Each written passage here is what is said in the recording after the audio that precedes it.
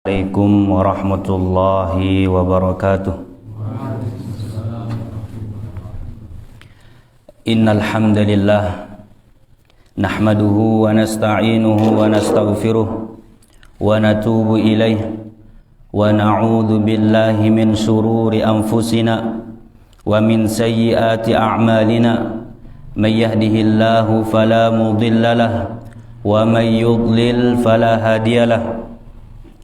Ashhadu an la ilaha illallah wahdahu la syarika lah wa ashhadu anna Muhammadan abduhu wa rasuluh la nabiyya wa la rasula ba'dah.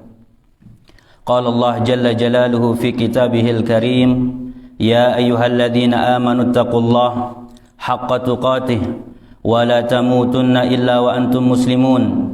وقال تعالى يا أيها الناس اتقوا ربكم الذي خلقكم من نفس واحدة وخلق منها زوجها وبث منهما رجالا كثيرا ونساء واتقوا الله الذي تساءلون به والأرحام إن الله كان عليكم رقيبا.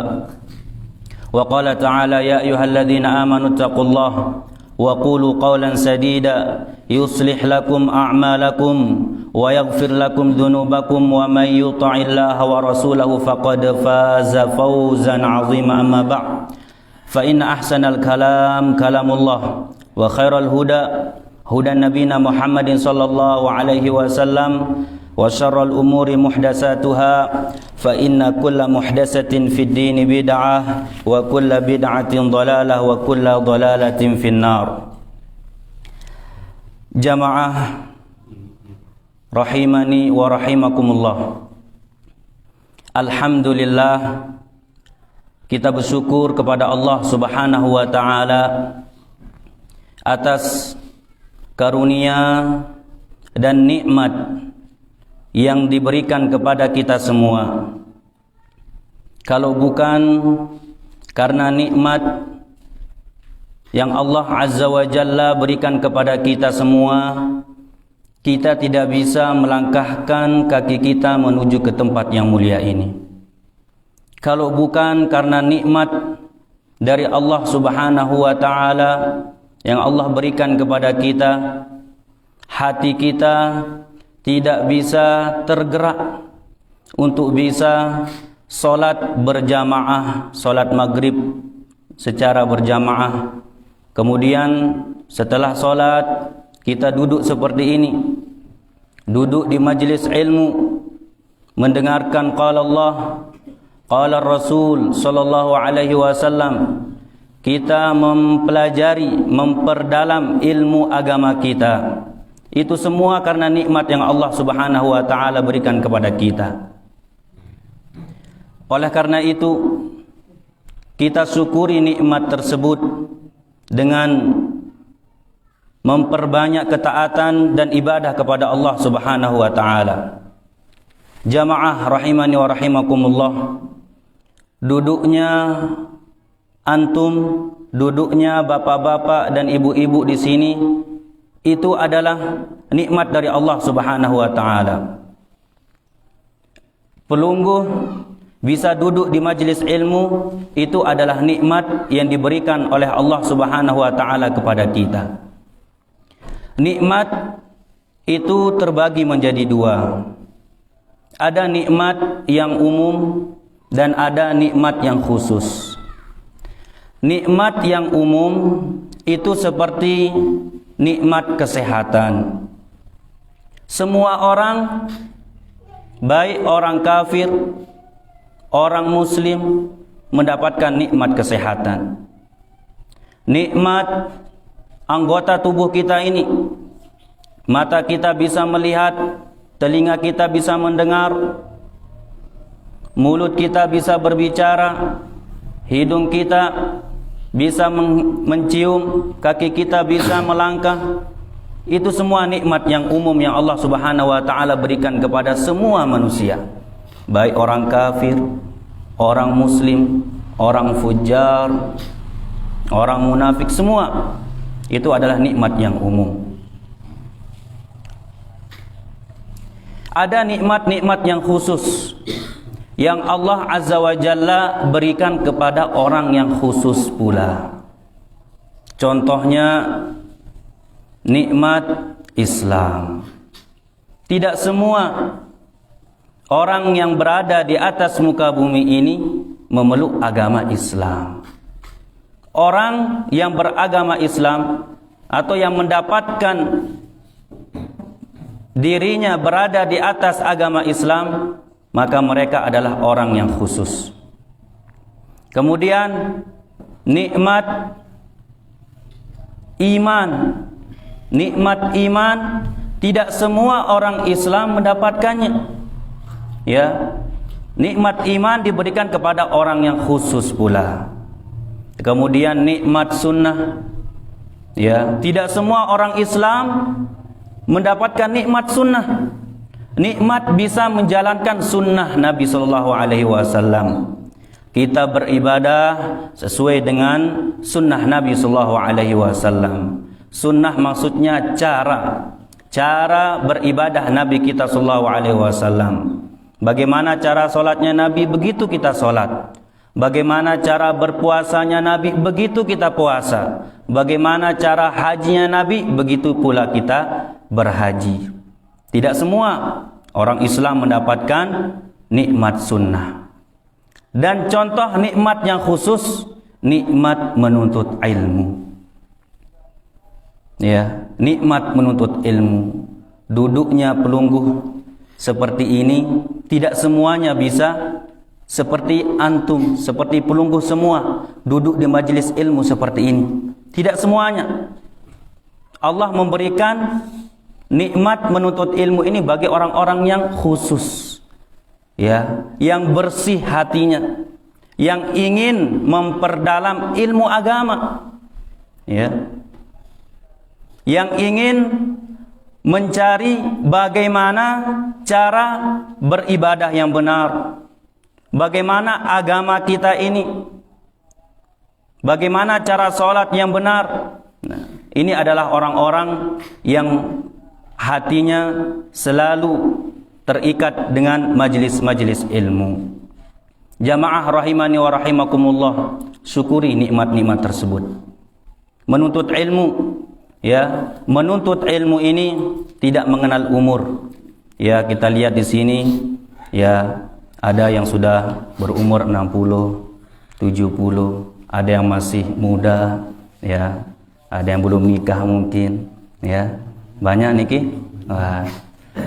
Alhamdulillah, ya.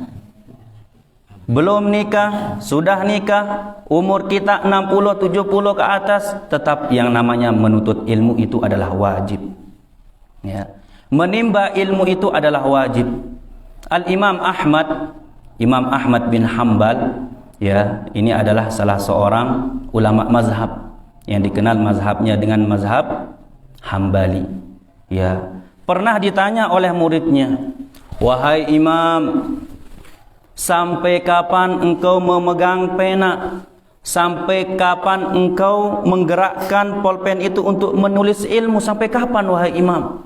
Karena dilihat Imam Ahmad saking bersungguh-sungguhnya menuntut ilmu, menulis ilmu. Muridnya sampai bertanya, "Wahai Imam, sampai kapan engkau menuntut ilmu?" Kemudian jawaban Imam Ahmad rahimahullahu ta'ala, "Minal mahbarah ilal makbarah." Dari pertama kali aku mengenal yang namanya pena, sampai aku masuk ke dalam liang lahat. Kalau kita sudah masuk ke dalam liang lahat, tidak bisa lagi kita duduk di majelis ilmu seperti ini. Ya. Kalau kita sudah berada di sana, kita tidak bisa lagi sholat berjamaah. Kita tidak bisa lagi baca Al-Quran. Kita tidak bisa lagi berbakti kepada kedua orang tua. Kita tidak bisa lagi bersedekah. Itu kalau kita sudah berada di liang lahat. Oleh karena itu jamaah rahimani wa rahimakumullah, syukuri nikmat itu, ya, nikmat kehidupan kita ini. Mumpung kita masih diberikan hidup, lihat tetangga-tetangga kita, kerabat-kerabat kita, saudara-saudara kita yang sudah mendahului kita. Itu kita berpikir, ya, merenung sejenak. Sekarang mereka di sana bisa nggak baca Al-Quran? Sekarang mereka di sana bisa nggak sholat? Sholat berjamaah? Bisa nggak hadir kajian seperti ini? Sudah nggak bisa lagi beramal. Ya, nggak bisa lagi beramal. Oleh karena itu, ya, manfaatkan waktu hidup kita ini sebelum kita meninggal dunia. Umur kita ini singkat, apalagi umur umatnya Nabi Muhammad SAW sangat singkat. Ya, kata Nabi SAW, a'maru ummati ma baina sittin ila sab'in wa qalilun man yajudu dzalik. Umur umatku, kata Nabi SAW, itu kisaran 60 tahun sampai 70 tahun. Sedikit yang melampaui 70 tahun, yang sampai 100, ada yang sampai 200. Ya, mungkin gak ada yang kita dapatkan sampai 200. Ada niki di Sembalun sampai 200 tahun umurnya. Ya, 100 itu pun sudah di atas ranjang sudah. Ya, kalau sampai 100 dimandiin, ya, gak bisa bergerak lagi. Ya. Oleh karena itu, ya, terus kita mengingat nikmat-nikmat tersebut. Sangat banyak sekali nikmat yang Allah Subhanahu wa taala berikan kepada kita semua. Kemudian selawat serta salam tak lupa kita aturkan kepada suri tauladan umat, sosok manusia yang amat mulia yang pernah ada di atas muka bumi ini, yang telah menjelaskan kepada kita semua mana jalan yang terang menerang dan mana jalan kegelapan, mana tauhid, mana syirik, mana sunnah, mana bid'ah. Beliau sallallahu alaihi wasallam telah menjelaskan itu semua.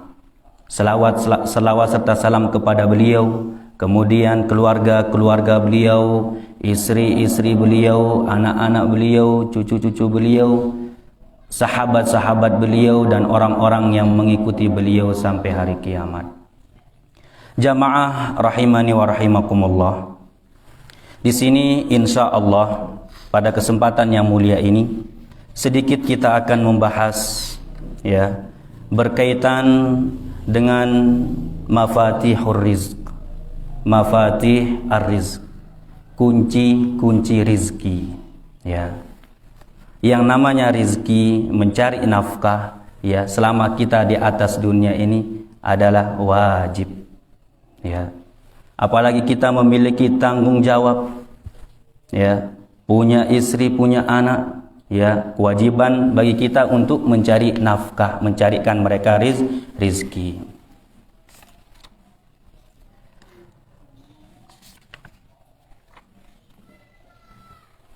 Allah Subhanahu wa taala berfirman di dalam surah Al-Jumu'ah ayat yang ke-9 sampai yang ke-11, menjelaskan kepada kita bahwasanya mencari rizki ini tidaklah suatu yang tercela.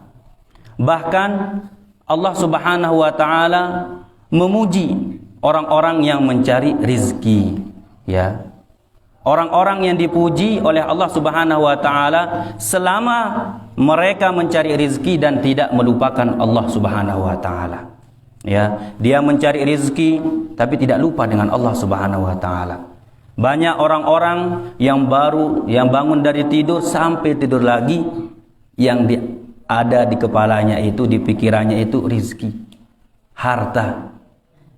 Dari bangun tidur pikirannya harta, apa yang akan saya cari ini, apa yang akan saya kerjakan. Kalau kita baru bangun tidur, ingat Allah dulu, ya, ingat Allah. Mungkin bangunnya sebelum azan pertama, ya, kita sholat tahajud dulu, ingat Allah, sholat tahajud, berdoa minta kepada Allah biar dipermudah rizkinya. Kemudian kita sholat subuh berjamaah. Sebelum sholat subuh ada 2 rakaat qobliyah, ya, ini jangan sampai dilupakan ini, ya, 2 rakaat qobliyah sebelum subuh. Ini keutamaannya luar biasa. Rasulullah SAW bersabda, rakaatul fajri khairun minad dunya wa ma fiha. 2 rakaat subuh Ya, maksudnya 2 rakaat yang dikerjakan sebelum sholat subuh. Ini lebih baik daripada dunia dan isinya. Kita lihat dunia, apa isinya dunia ini. Nah, ini lebih baik. Ya, makanya dalam riwayat yang lain Rasulullah SAW dengan para sahabatnya pernah melewati kuburan.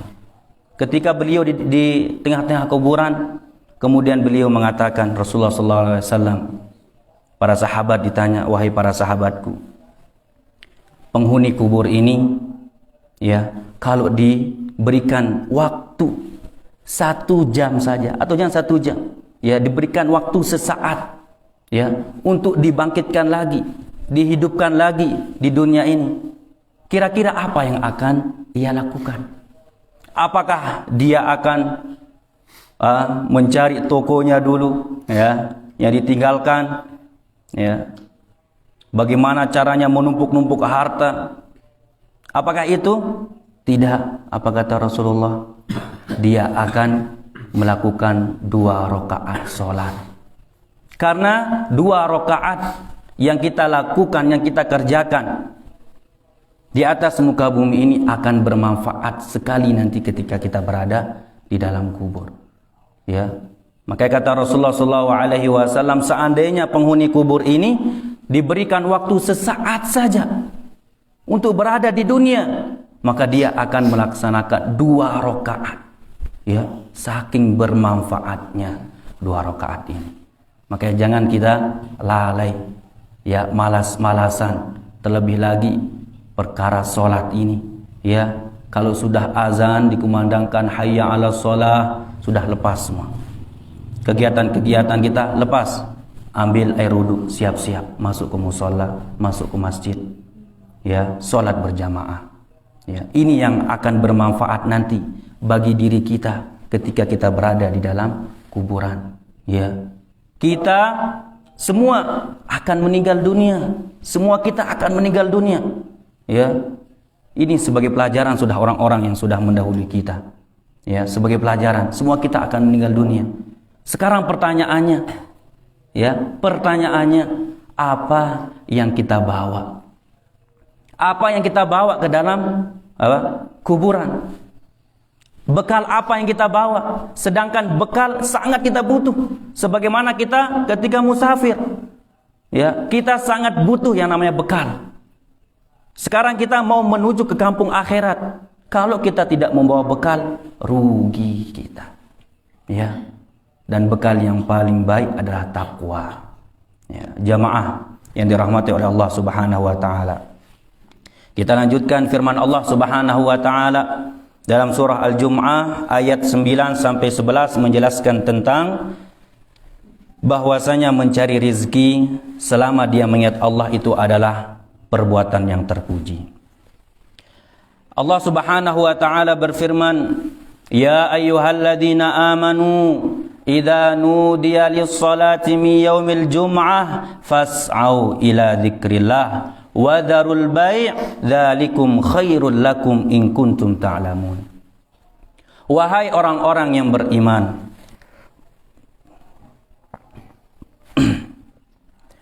idza nudiya lis-salah, apabila kalian dipanggil, diseru, diajak untuk sholat, miyaumil jum'ah, pada hari Jumat, ya, sholat Jumat, fas'au ila dzikrillah, bersegeralah untuk mengingat Allah, bersegeralah menuju ke masjid untuk mengingat Allah, wadharul bai', tinggalkan jual beli.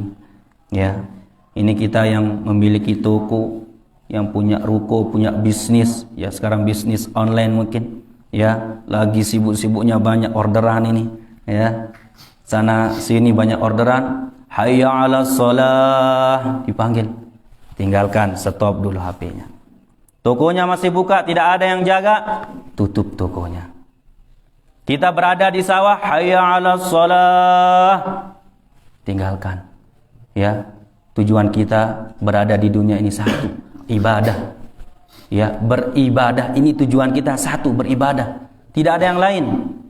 Allah Subhanahu wa taala berfirman, "Wa ma khalaqtul jinna wal ins illa liya'budun." Dan tidaklah aku menciptakan jin dan manusia melainkan tujuan satu. Tujuan yang satu itu ibadah. Ya. Wadarul bai', tinggalkan jual beli. Dzalikum khairul lakum in kuntum ta'lamun. Yang itu lebih baik dari kalian apabila kalian mengetahuinya. Fa idza qudiyatis shalah, apabila kalian sudah selesai mengerjakan salat, fantasiru fil ardi. Bertebarlah, ya, bertebarlah di atas muka bumi ini. Ini kalau selesai salat. Ya, selesai salat baru kita diperintahkan untuk apa? Mencari rizki. Wabtaghu min fadlillah, carilah karunia Allah. Karunia Allah yang dimaksud di sini ada rizki. Wadhkurullaha katsira, dan perbanyaklah mengingat Allah Subhanahu wa taala, la'allakum tuflihun, maka kalian akan beruntung. Wa idza ra'au tijaratan aw lahwan infaddu, apabila mereka melihat bahwasanya atau apabila mereka memandang bahwasanya tijarah, ya, perdagangan, aulahu, permainan, mereka infaddu, mereka langsung pergi ke sana menuju ke tempat perdagangan, tempat permainan.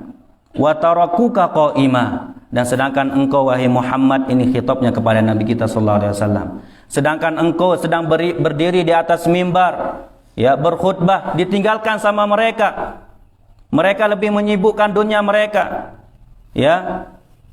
Wa tarakuka qa'ima, qul, katakan wahai Muhammad, ma indallahi khair, sesungguhnya apa-apa yang ada dari Allah Subhanahu wa taala, di sisi Allah itu lebih baik. Minal lahwi, qul ma indallahi khairan minal lahwi wa minat tijarah, lebih baik daripada permainan, daripada perdagangan pula. Wallahu khairur razikin, dan Allah Subhanahu wa taala sebaik-baik pemberi rizki. Jamaah rahimani wa rahimakumullah.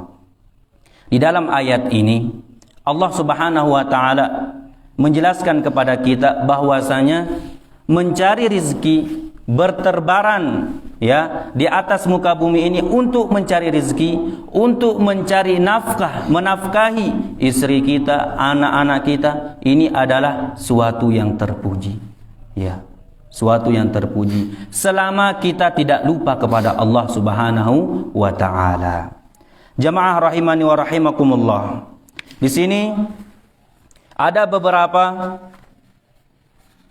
amalan, ya, yang mempermudah kita mendapatkan rizki. Di sini judul kitabnya Mafatihur Rizq, kunci-kunci rizki. Yang pertama, kunci rizki yang pertama, al-istighfar wat taubah, meminta ampun kepada Allah dan bertaubat. Wa min ahammi ma yustanzal bihir rizq, dan di antara perkara yang paling penting, yang sangat penting, yang bisa menurunkan rizki, itu adalah al-istighfar wa taubah ilallah, bertaubat kepada Allah Subhanahu wa ta'ala. Wa sa'atanawal bitaufiqillahi ta'ala hadzal mawdu' min khilal al-anawain at-taliyain. Yang berkaitan dengan istighfar, dengan taubat ini ada dua pembahasan. Yang pertama, haqiqatul istighfar wa taubah, hakikat dari istighfar dan taubat itu. Kemudian yang kedua, as-sanadus syar'i likaunil istighfar wa taubah min mafatih ar-rizq, dalil-dalil syar'i yang menunjukkan bahwasanya istighfar dan taubat itu adalah termasuk kunci-kunci mendapatkan rezeki.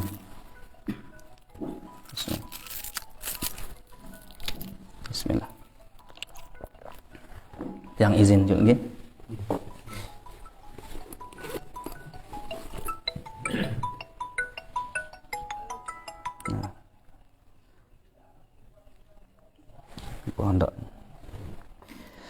Nah, kita lanjutkan.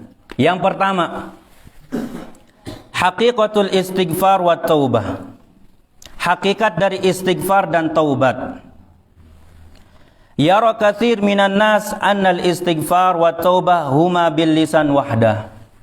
Kebanyakan manusia menganggap bahwasanya istighfar dengan taubat itu cukup dengan lisan saja. Yaqul ahaduhum, mereka mengatakan astaghfirullah wa atubu ilaih. Ya, kebanyakan di antara kita menganggap bahwasanya istighfar dan taubat itu cukup kita mengucapkan astaghfirullah wa atubu ilaih. Wala yujad li hadhil kalimat athar fil qalb. Cuma lisannya saja yang mengucapkan astaghfirullah wa atubu ilaih, tapi tidak ada athar, tidak ada bekas dalam hatinya. Kama la yusyahid laha ta'thir 'alal jawarih. Ya, anggota tubuhnya pula tidak ada dampak dari istighfar itu, cuma lisannya saja. Inna misla hadha al-istighfar wa taubah fi'lul kadzabin. Kalau kita beristighfar hanya mengucapkan astaghfirullah wa atubu ilaih, tapi hati kita tidak ada atharnya, tidak ada perubahan dalam hati kita. Kemudian anggota tubuh kita ya tidak ada dampaknya, maka istighfar ini adalah istighfarnya orang-orang kadzabin, orang-orang yang berdusta. Ya. Astaghfirullah tapi masih saja berbuat maksiat. Ya. Astaghfirullah hatinya tidak ada mengingkari.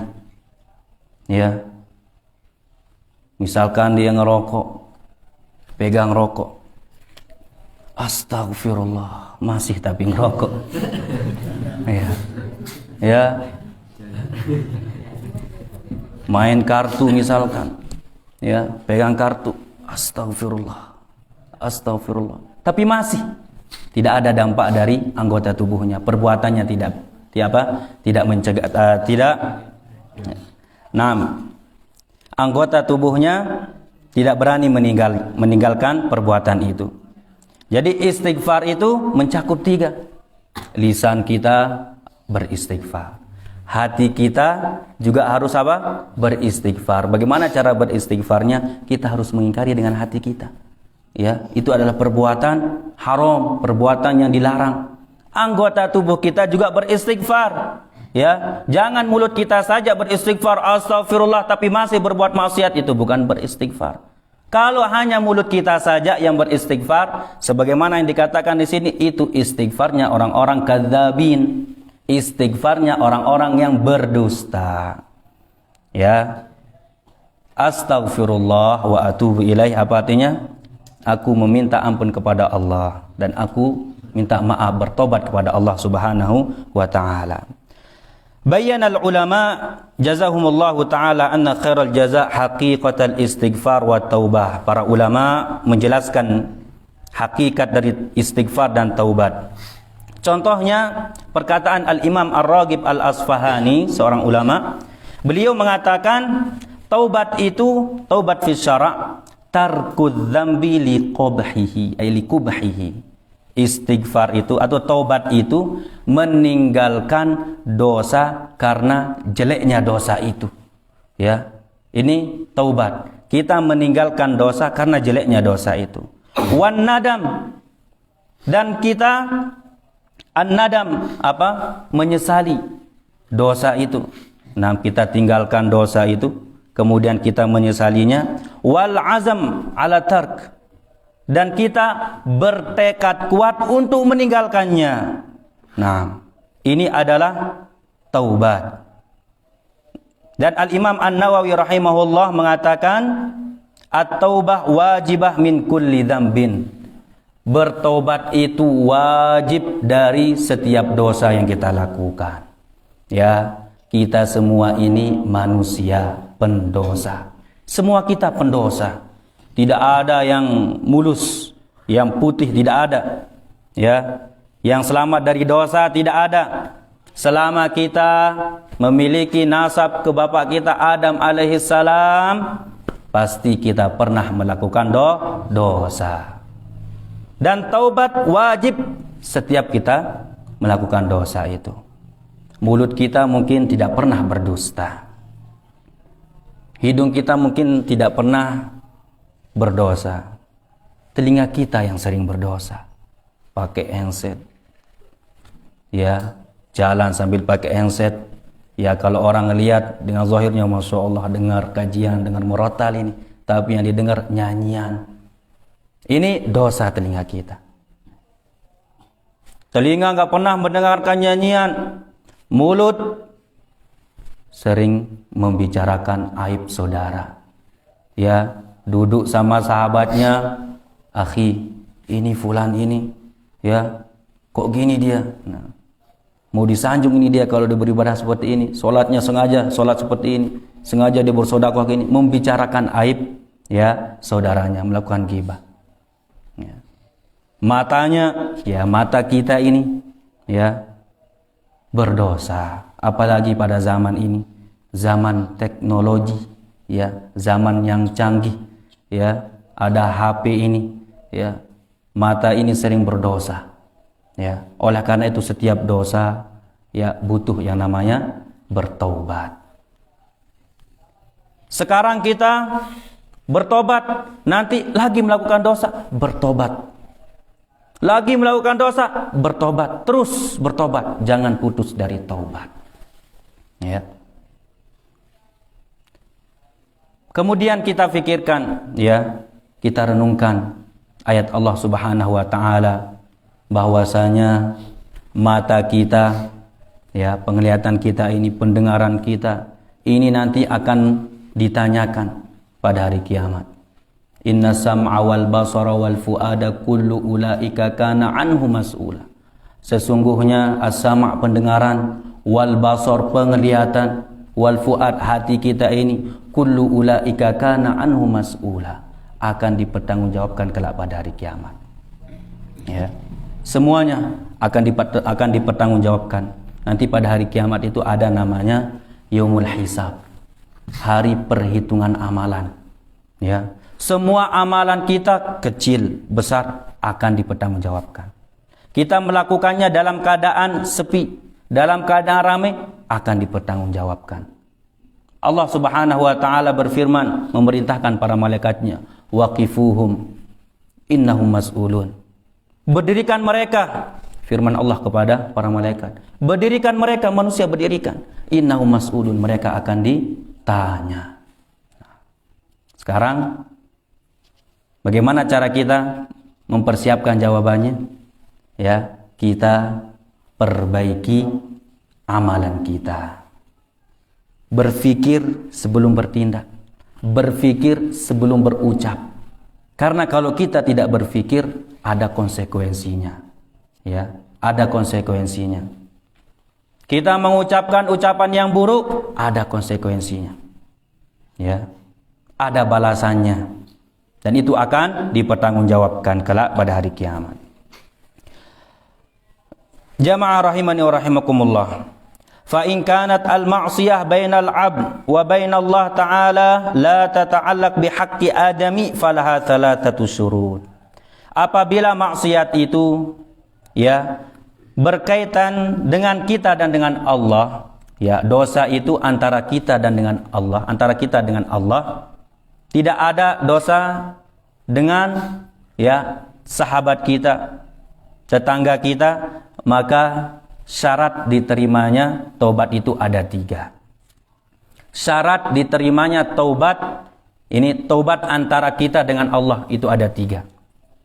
Yang pertama, ayyaqla 'anil ma'siyah. Ayyaqla 'anil ma'siyah. Ini syarat yang pertama. Dia berhenti melakukan maksiat itu. Ya, kalau dia sudah mengetahui, ya, mohon maaf, rokok misalkan hukumnya haram, memudaratkan tubuh dia, berhenti. Ya. Ya, berhenti. Ini syarat yang pertama. Kemudian yang kedua, ayyandima ala fi'liha. Kalau dia sudah berhenti, ya, dia sesali, menyesal. Ya, kita sesali dosa kita itu. Ya, ini syarat yang kedua. Kemudian yang ketiga, ayyazima alla ya'uda ilaiha.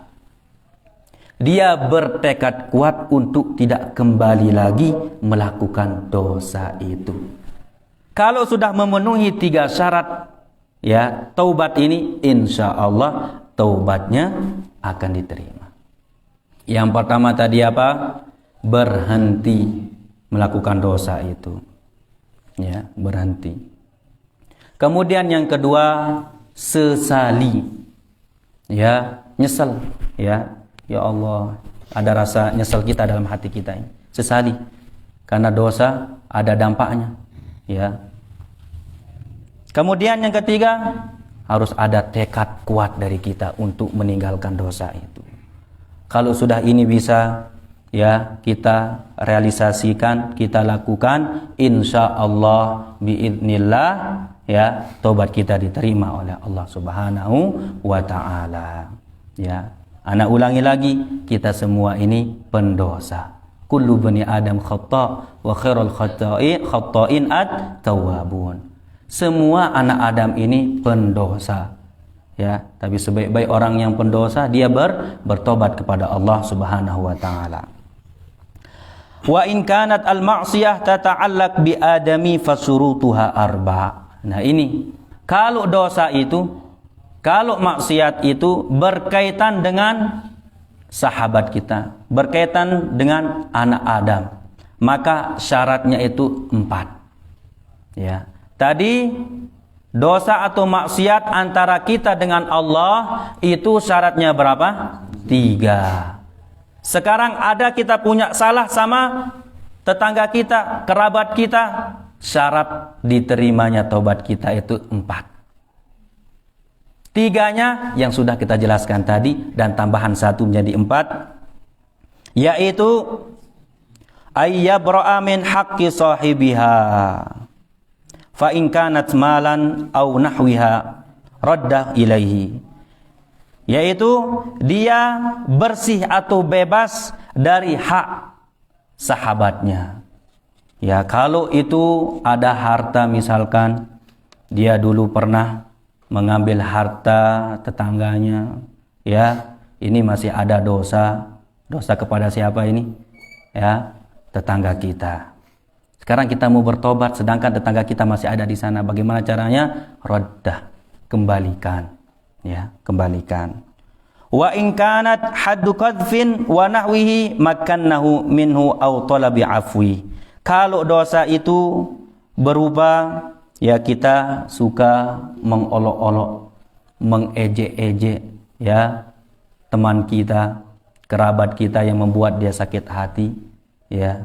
Bagaimana caranya? Minta maaf. Minta maaf. Ya. Sebelum nanti kita meninggal, kalau sudah meninggal tidak ada maaf lagi. Ya. Mungkin lupa dia. Ya, kapan nanti diambil? Nanti di akhirat diambil. Ada namanya nanti di akhirat itu muflis, orang-orang yang bangkrut. Rasulullah SAW pernah bertanya kepada para sahabatnya, wahai para sahabatku, atadaruna 'anil muflis? Tahukah kalian siapa orang-orang yang bangkrut? Apa kata para sahabat menjawab? Al-muflis fina ma la dirham lahu wa la mata'. Orang yang bangkrut menurut kami itu adalah orang yang tidak memiliki harta benda, tidak memiliki perhiasan. Itu menurut kami yang bangkrut. Apa kata Rasulullah? Orang yang bangkrut nanti pada hari kiamat adalah orang yang dulunya di dunia qad syatama hadza, pernah mencaci maki fulan, ya, pernah mengolok-olok saudaranya dulu di dunia, pernah memukul, menendang, menzalimi, mengambil harta saudaranya. Ya. Ini orang yang bangkrut. Kemudian orang yang dizalimi di dunia nanti pada hari kiamat, ya, misalkan dia ngambil harta, nanti pada hari kiamat bukan hartanya itu yang akan diambil, pahala. Ya, pahala sholatnya diambil, pahala puasanya diambil. Itu pun kalau sholat kita diterima. Bagaimana kalau sholat kita tidak diterima? Bagaimana kalau puasa kita tidak terima? Bacaan Al-Quran kita tidak terima? Pahala kita sedikit. Itu yang diambil. Ya. Kalau sudah habis, misalkan pahala sholat kita diambil, pahala puasa kita, pahala bacaan Al-Quran kita, pahala bersedekah kita diambil, habis pahala dari diri kita, apa? Dosanya dia akan ditransfer ke kita. Dosanya dia akan diberikan kepada kita. Ya, makanya kalau kita dizolimi, kita katakan jazakallahu khairan, terima kasih. Besok hari kiamat, ana ambil pahala sholatmu. Tapi kalau dia minta maaf, maafkan. Itu lebih baik. Ya, maafkan. Nah, ini dia orang yang bangkrut, kata Rasulullah SAW. Ya, semoga kita semua tidak termasuk orang yang bangkrut ini. Nah, wa in kanat ghibah istahallahu minhu. Kalau itu dosa ghibah. Apa itu ghibah? Tadi sudah kita singgung apa itu ghibah. Ya, gosip ya. Nah, itu duduk-duduk di berugak misalkan sambil minum kopi. Ya, tadi awalnya kita ya misalkan bahas ilmu, datang satu duduk, itu tetangga saya kok kayak gitu dia, ya. Nah, seru ya. Iya, memang seru dosa itu. Iya, melakukan dosa itu seru, tapi seru pula azabnya. Ya. Membicarakan aib memang seru, tapi yang dibicarakan itu tidak seru. Sekarang antum yang membicarakan, Masya Allah, kalau tidak membicarakan aibnya fulan, tidak akan ramai majelis ini. Ya, sekarang coba aib antum dibicarakan. Ya, bagaimana rasanya? Ya, bagaimana rasanya? Sangat sakit hati. Nah, ghibah itu kata Rasulullah SAW, ya para sahabat pernah ditanya dalam sebuah hadis, atadruna mal ghibah? Wahai para sahabatku, tahukah kalian apa ghibah itu? Qalu, para sahabat mengatakan, Allah wa rasuluhu a'lam. Allah dan Rasulnya yang lebih tahu. Kemudian Nabi SAW menjelaskan definisi dari ghibah. Beliau mengatakan, ghibah itu adalah dzikruka akhaka bima yakrah. Engkau menyebut-nyebut aib saudaramu, sedangkan saudaramu membencinya. Engkau menyebut-nyebut aib saudaramu, sedangkan saudaramu tidak suka disebut aibnya, aib dalam tubuhnya. Misalkan dia pincang, tidak bisa mendengar, matanya buta, hidungnya pesek misalkan, giginya hilang. Itu dibicarakan sedangkan dia tidak suka, itu adalah ghibah. Ya. Dan balasannya nanti, Masya Allah, orang yang ghibah ini, ancaman ini, hadis ancaman bagi orang yang ghibah. Seru berghibah, ada ancamannya ini. Ya, kata Rasulullah SAW, ya, Rasulullah ketika Mi'raj dulu, ketika Mi'raj naik ke langit, marartu bi aqwam, kata Rasulullah SAW, aku melewati suatu kaum, lahum azfar min nuhas, kuku mereka terbuat dari tembaga ini. Tembaga, ya, kuku mereka ini terbuat dari tembaga. Ya, tembaga sekarang ada kuku tembaga. Ya, kukunya ini terbuat dari tembaga. Untuk apa kukunya dari tembaga itu? Yakhmisuna wujuhahum, mencakar-cakar wajahnya. Wasudurahum, dada mereka dicakar-cakar. Kemudian Nabi SAW bertanya kepada Jibril, Man haula ya Jibril? Siapa mereka wahai Jibril? Apa kata Jibril alaihissalam? Ya, haula alladzina ya'kuluna luhuman nas wa yaqa'una fi a'radihim. Mereka itu adalah yang dulunya di dunia suka memakan bangkai saudaranya. Kita menggibahi itu seakan-akan kita memakan bangkai saudara kita. Dan ini istilah yang diistilahkan oleh Allah Subhanahu wa taala dalam surah Al-Hujurat. Ya ayyuhalladzina amanu jtanibu katsiran minadh-dhann inna ba'dadh-dhanni itsmu wa la tajassasu wa la yaghtab ba'dukum ba'dha ayuhibbu ahadukum ayyakula lahma akhihi maitan. Nah, jangan kalian menggibahi saudara kalian. Maukah kalian atau sukakah kalian memakan bangkai saudara kalian? fakarihtumu, pasti kalian akan menjijik, pasti kalian akan jijik, tidak suka. Dan menggibahi saudara kita itu seakan-akan memakan bangkai saudara kita. Kita lanjutkan hadis yang tadi, hadis ancaman. Ya. Jadi Nabi SAW melihat suatu kaum, kemudian kuku mereka itu terbuat dari tembaga. Dengan kuku mereka yang terbuat dari tembaga tersebut, mereka mencakar-cakar wajah mereka. Dada-dada mereka dicakar. Bagaimana rupanya kok cakar seperti itu? Ya, tembaga. Ya, tajam lagi. Ya. Sekarang kuku kita tajam saja kita garuk sakit. Nanti itu tembaga. Ya, habis dagingnya, kulitnya habis sudah. Ya, dipermalukan. Kemudian Nabi SAW tanya, siapa mereka wahai Jibril? Jibril mengatakan, haula alladzina ya'kuluna luhuman nas. Mereka adalah yang dulunya di dunia suka memakan bangkai atau bangkai saudaranya, atau suka menggibah, suka gosip, ya, membicarakan aib saudara. Ya.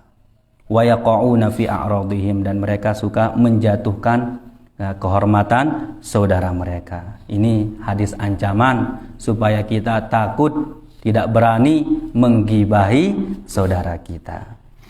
Mumpung kita masih hidup, kalau kita pernah menggibahi saudara kita, istahallahu minhu, minta kehalalannya, minta maaf.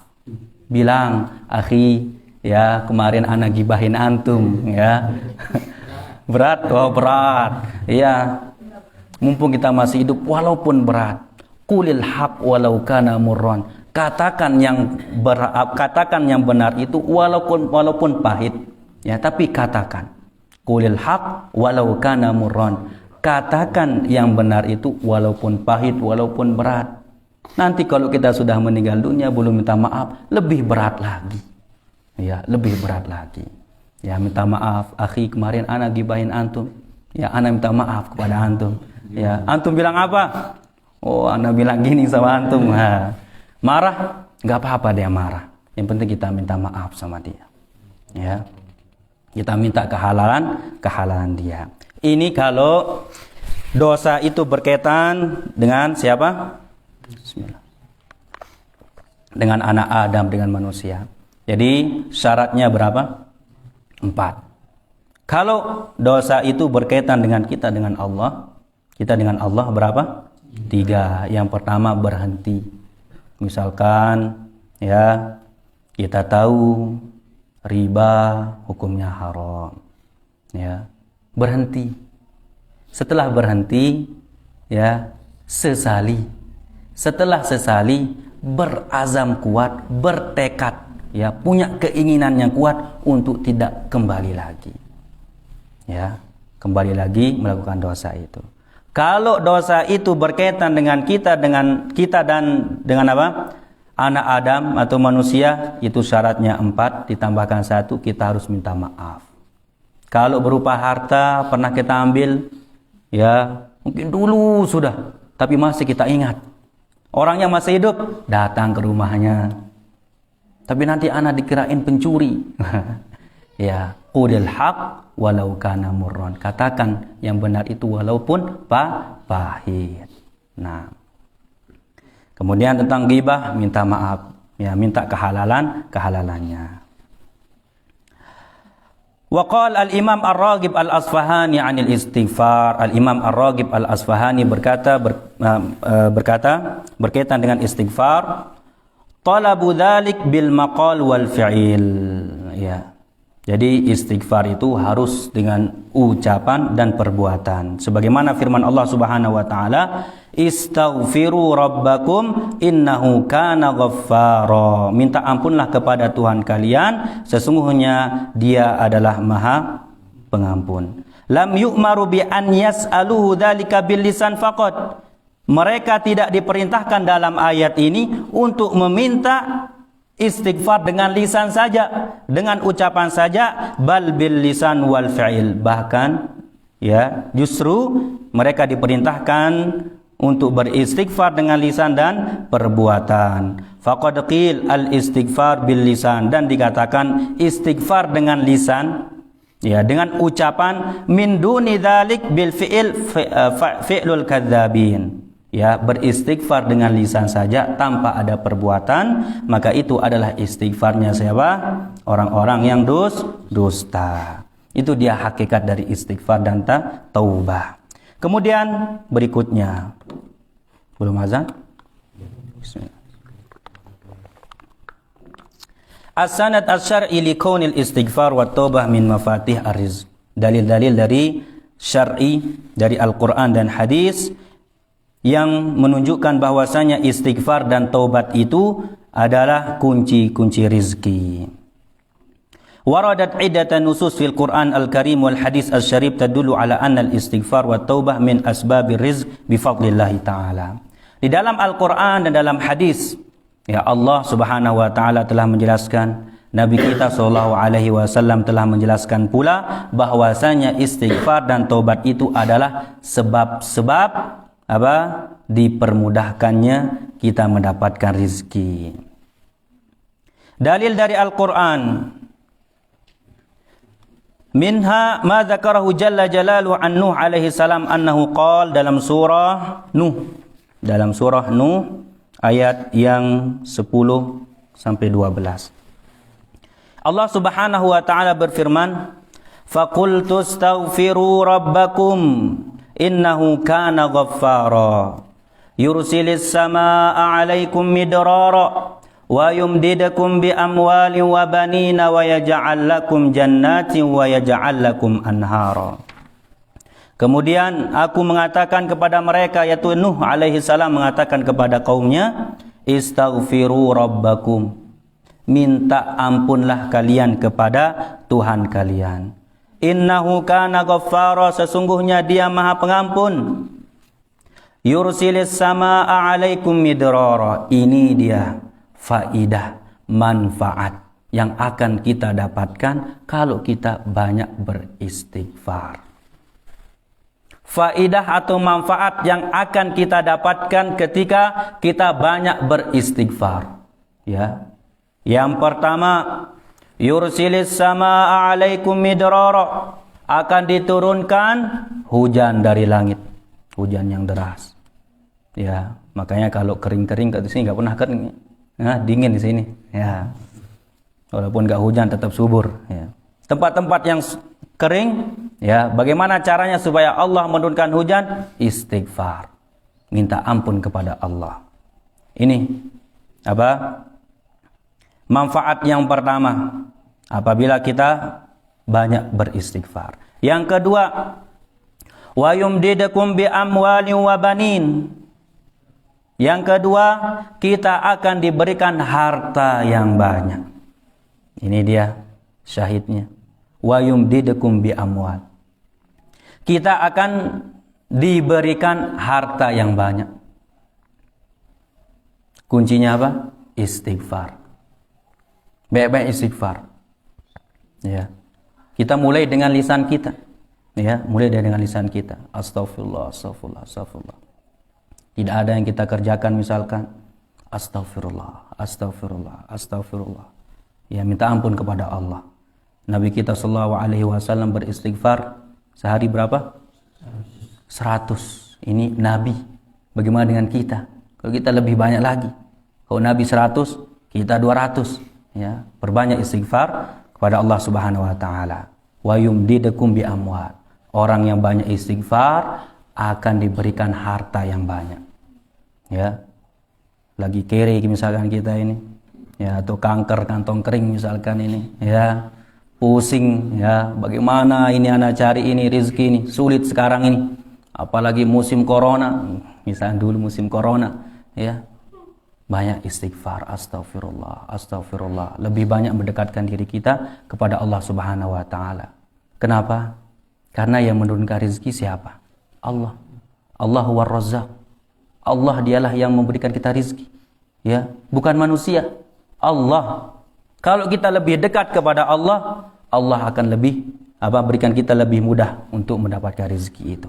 Ya. Wa banin, ya, dan diberikan anak yang banyak. Ya, anak yang banyak. Di sini tidak dikatakan istri yang banyak. Ya. Anak yang banyak, ya. Mau dapat istri yang banyak, ya. Bisa istighfar juga. Astaghfirullah. Ya. Nah, ya, kita akan diberikan harta yang banyak, anak yang banyak. Dan anak ini termasuk rezeki. Benar atau tidak? Saya belum dikaruniai rezeki berupa anak. Ya, ini rezeki juga anak. Ya, banyak-banyak istighfar. Wa yaj'al lakum jannat, dan kalian akan diberikan jannat, surga-surga, ya, taman-taman. Wa yaj'al lakum anhara, dan kalian juga akan diberikan sungai-sungai, ya, yang dimana sungai-sungai nanti akan mengalir di bawah surga itu. Ini manfaat dari istighfar. Yang pertama tadi apa? Nah, kita akan mendapatkan ampunan Allah. Innahu kana ghaffara. Ini yang pertama yang akan kita dapatkan kalau kita banyak istighfar. Kita akan mendapatkan ampunan Allah. Yang kedua, akan diturunkan apa? Hujan. Yang ketiga, akan diberikan harta yang banyak. Yang keempat, anak. Kemudian yang kelima, surga. Dan apa? Sungai-sungai. Surga, ya, kalau kita bicara surga, nanti di akhirat itu ada 2 terminal, ya, bahasanya terminal, ya, ada 2 terminal, imma surga, imma neraka. Kalau kita tidak ke surga, berarti ke neraka. Iya, cuma 2 saja. Ada di tengah? Enggak ada. Ya, kalau kita ke surga, alhamdulillah. Kalau ke neraka, semoga keluar dari neraka. Ya, ya, ya. Perbanyak istighfar. Ya, ini manfaat atau faedah yang akan kita dapatkan dengan banyak beristighfar. Surga, ya, namanya jannah, taman-taman. Ya,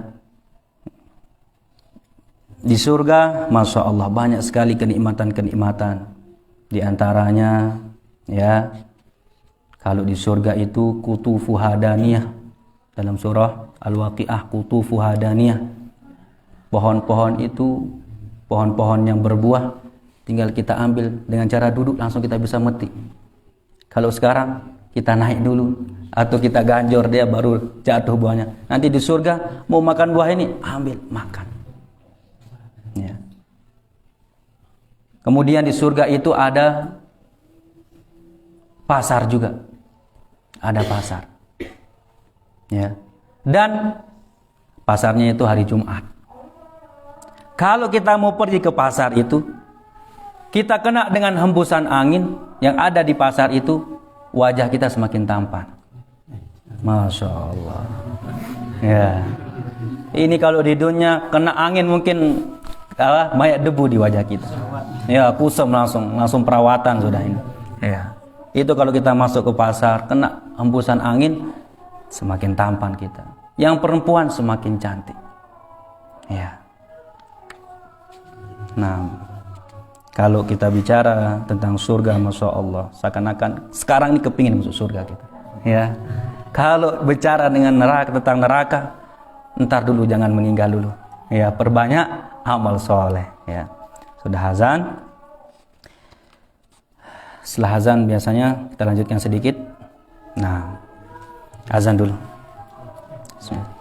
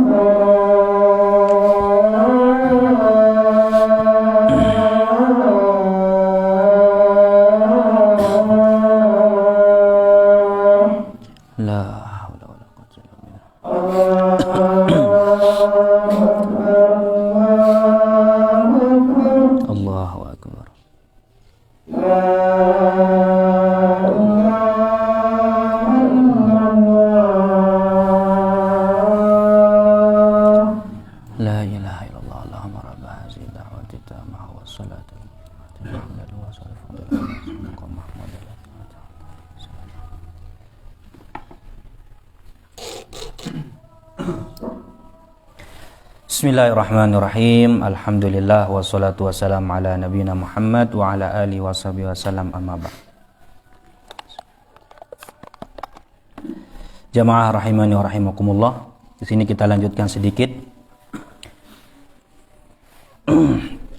tentang istighfar. Itu adalah kunci dari dimudahkannya kita mendapatkan rizki.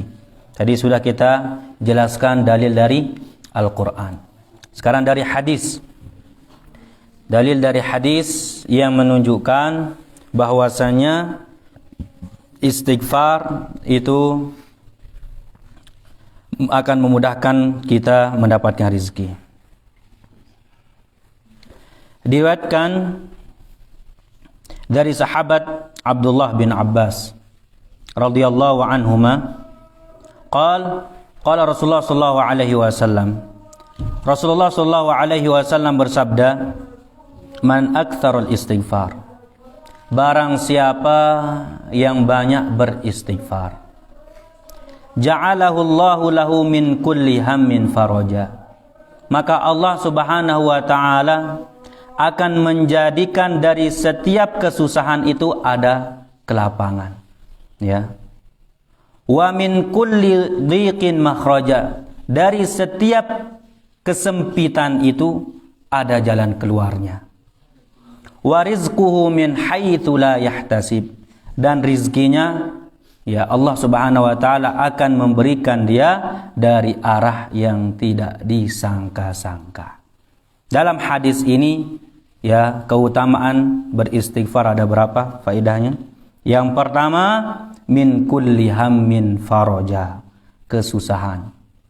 Kita yang sedang susah, mungkin banyak yang kita pikirkan, pasti kita semua ini punya kesusahan, ya. Wajah kita ini wajah susah ini, ya.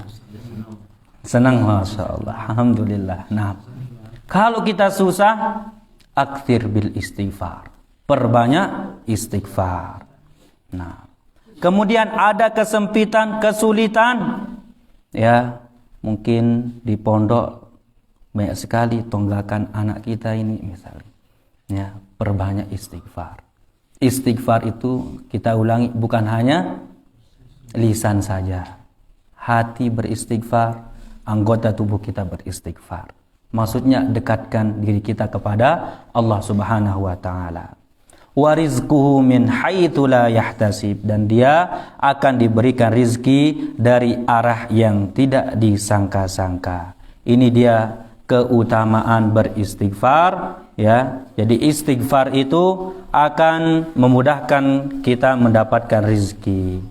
Jadi perbanyaklah istighfar, ya. Kita sedang susah, sedang kesulitan, ada masalah, astaghfirullah. Duduk sendirian, tidak ada yang dikerjakan, misalkan astaghfirullah, astaghfirullah, astaghfirullah. Perbanyak istighfar. Ya, dengan istighfar juga hati kita akan tenang. Berbuat dosa, astaghfirullah, perbanyak istighfar. Karena dosa, ya, setelah dosa ada penyesalan.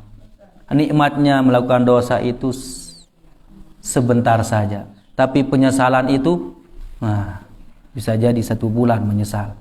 Ya, oleh karena itu perbanyak istighfar kepada Allah Subhanahu wa taala. Semoga yang sedikit kita sampaikan ini bermanfaat buat ana pribadi, kemudian jamaah semuanya. Dan semoga kita bisa mengamalkan dan istiqomah dalam melakukan amal soleh. Terlebih lagi perbanyaklah istighfar kepada Allah Subhanahu wa taala. Langsung salat kita. Nah, hadza minni wa sallallahu ala nabiyyina Muhammad wa ala alihi wasallam. Subhanakallahumma wa bihamdika asyhadu an la ilaha illa anta astaghfiruka wa atubu ilaik. Wassalamu alaikum warahmatullahi wabarakatuh.